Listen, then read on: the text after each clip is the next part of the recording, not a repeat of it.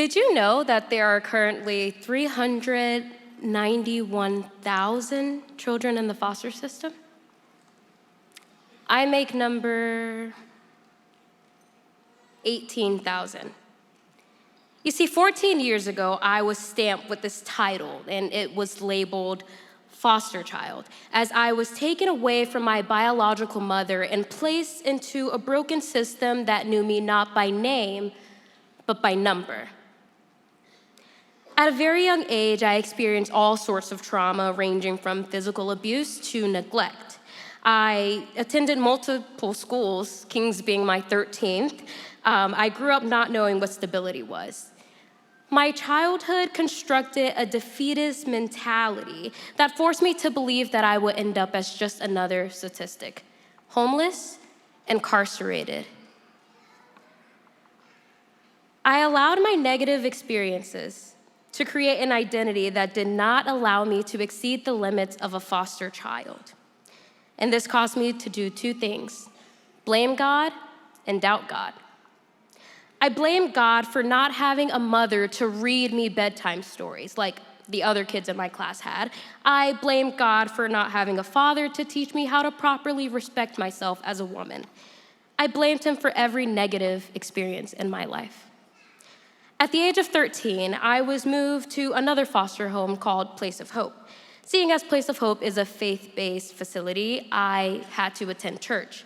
Now, although I attended church, I was not a believer because I held a grudge against God for so many years, seeing as I was not taught how to cope with the pain.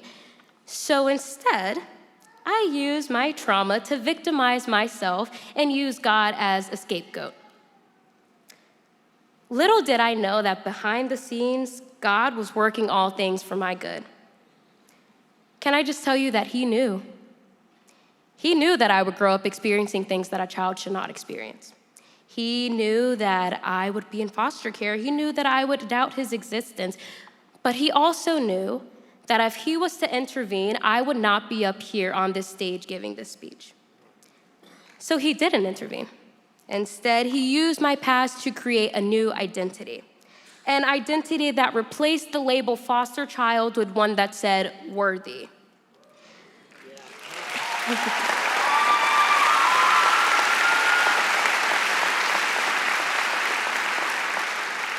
I gained an identity that allowed me to break the chains that bounded me to my past, one that gave me a hopeful mentality, one that placed people on my path, people such as my grandparents who took me in when my biological mom could not, people such as my foster parents who adopted me and never gave up on me. Believe me, I was not an easy child to care for. Voices such as Miss Brown, Mr. Stewart, Miss Gina, Mr. Charles Bender, who's the founder of Place of Hope, the Kolars, Miss Sherman, Miss Sherry, Miss Kanch, Mr. Ngoon, Trinity, Zoe, Hadia, Kristen, Talia, Ella, Camilla, and everyone who poured into me. These voices helped me to break down the identity of a foster child and gave me the tools to build an identity for myself. Most importantly, God gave me the ability to stand here in front of all of you tonight and say, did you know that I stand as an inspiration to 391,000 kids in the foster system?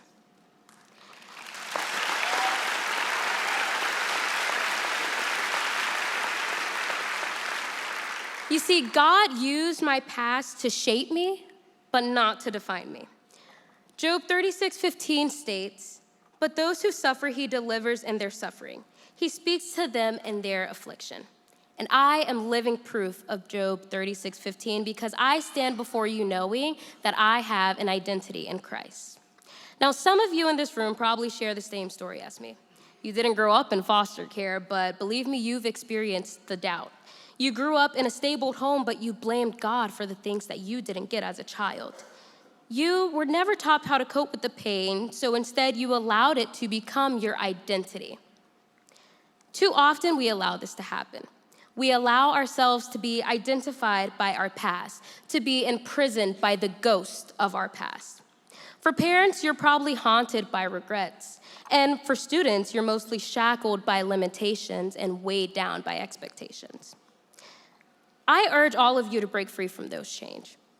Dare to explore beyond your comfort zone, because each one of us is on a journey to discover who we truly are, a journey that never ends. So bring snacks, because trust me, it's gonna be a long one.